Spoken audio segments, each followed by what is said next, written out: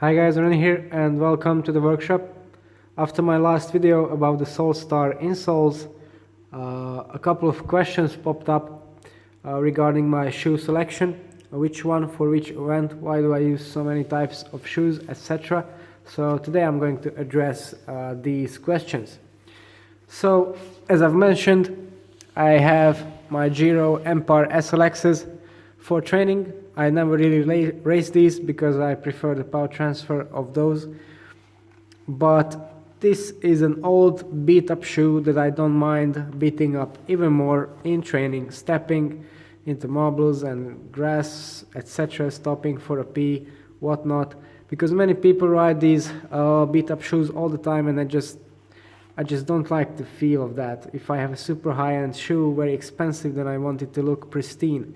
So I have this shoe to essentially to keep those fresh for the races. And not just the shoe itself, but very importantly the cleat.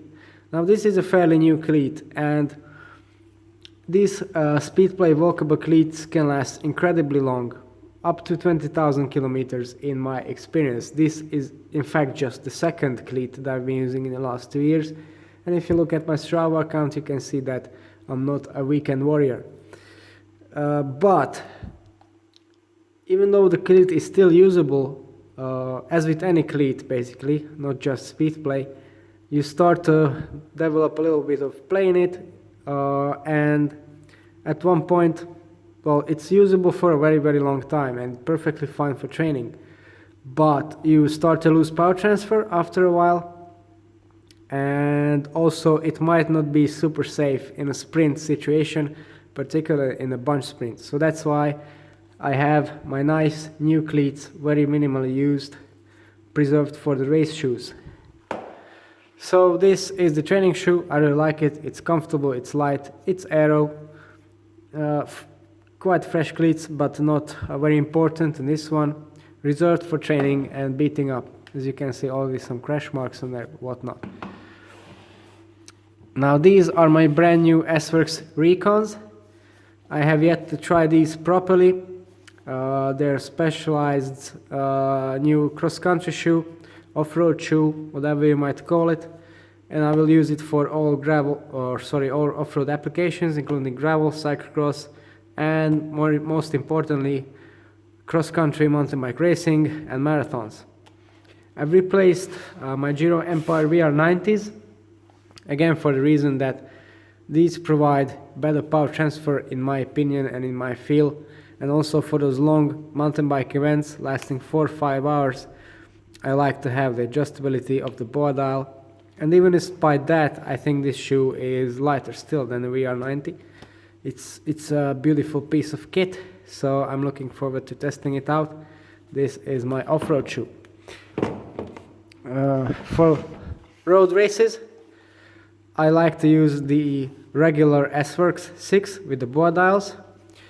Again, this is not the newest version, but actually I prefer this one to the new one in terms of looks, and also this one has a more aggressive heel cup. I have a very narrow heel, so it's good, nice and grabby for me.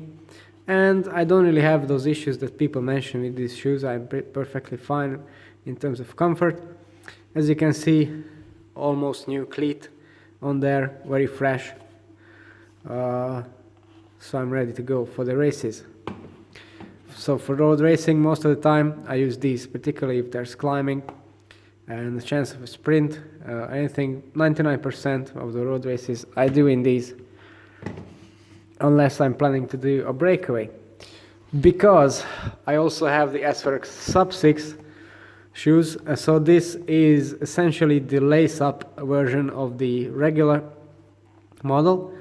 And yeah, apart from the races, there's not really all that much of a difference. The sole is the same, the upper is the same, the heel is the same. I have the Solstar Black insert in there.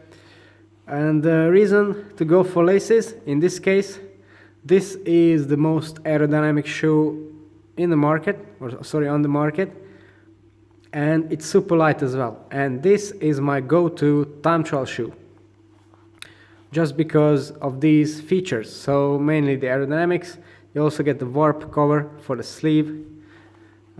sort of a sleeve to cover up the laces, and then it's a super smooth unit, and arguably or possibly even faster than a full-on shoe cover, or that's what Specialized say at least. So very, very nice shoe. It's actually, I think, my favorite because it just looks super cool, and I've been really successful with the time trials on this one, because if you imagine all those boy dolls and straps and everything, this is just super clean for those aerodynamic gains. And shoes and legs are very, very important in terms of aerodynamics, as you swirl them around when you're pedaling. So this is the last pair I own. Okay, so this is what I use for my training and racing. I hope this clears this up and perhaps provides some information on your choices. If you'd like to know more about the equipment that I use, then don't forget to tune into our channel and subscribe. It's off the day. Thanks for watching, and see you next time.